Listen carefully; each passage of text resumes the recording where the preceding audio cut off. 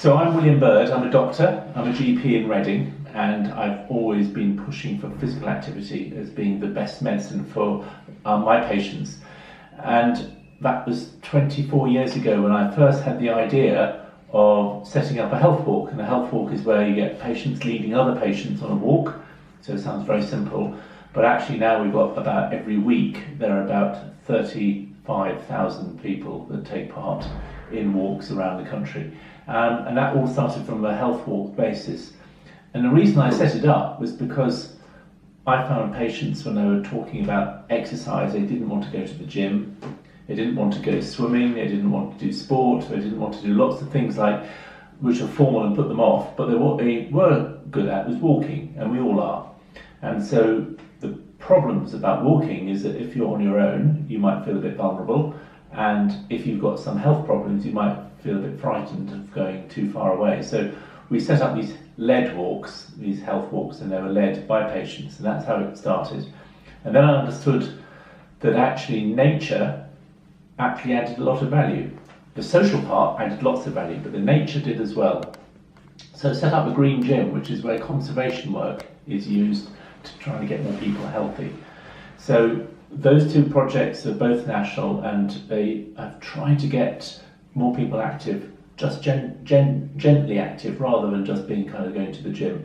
And of course that has huge benefits. And now we know that even just walking 30 minutes a day, or even walking 30 minutes 5 times a week, can prevent depression, dementia, diabetes, heart disease, some of the lung conditions, some of the cancers, a whole array of things. In fact, 23 of the most common conditions can be prevented or even helped to be cured by walking.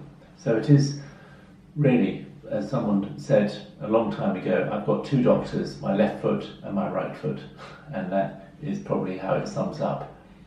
But then I could have understood that when people were outdoors in nature, that they actually got better more quickly, and their depression got better more quickly, and their anxiety did. And what we realised is that nature added a lot of value to health. So I've helped to write a book, co-edited with a colleague of mine in Sweden, called the Oxford Textbook of Nature and Public Health. And that really puts all the science in our brain and how it all works. And what it shows is that if you're connected to nature, then you actually become less stressed, you become more sociable, you become less angry, but also your immune system changes, so it actually becomes more positive.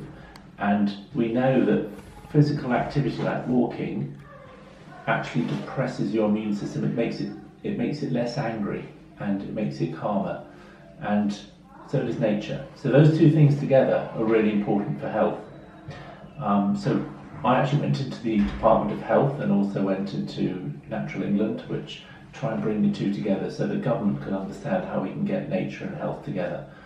And then more recently I've been working at the University of Reading, but with a company called Intelligent Health, and what we're trying to do is to get even more people to become more active. Now there's something called a social prescription, whereas a doctor comes to you and says, you've got a problem with your heart, your blood pressure, you may be a bit depressed or anxious. I don't want to give you any medicines, but I want to give you something which is as good as a medicine. And that may be taking part in a health walk, that may be having a group of people socially mixing together, doing knitting, it could be people doing conservation work, it could be people going for sport.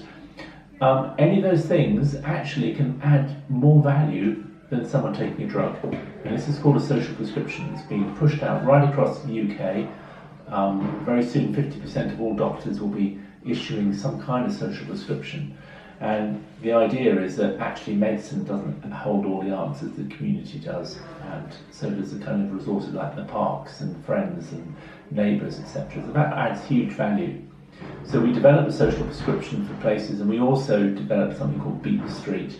And Beat the Street is really a kind of game for the whole town, where we put up sensors, RFID sensors on lampposts, and give out RFID cards, and we get people to walk between the sensors, and they walk more and more and more, and then people form teams. And what it does, it gets people exercising more, it gets people outdoors, it gets people mixing together, And what we found is the health benefits of that are even more dramatic than a lot of medicines I could give.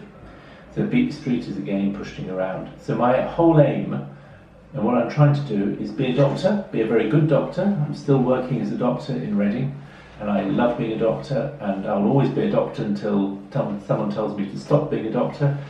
But I think the real health benefits are further upstream. They're the community, they're the parks, they're the people working together on walking, all those things that you do with your family. That's all where health really begins, and the more we can do that, the less you'll give me to work when I'm having to sort out the mess of the diabetes and the obesity we've got. Thank you.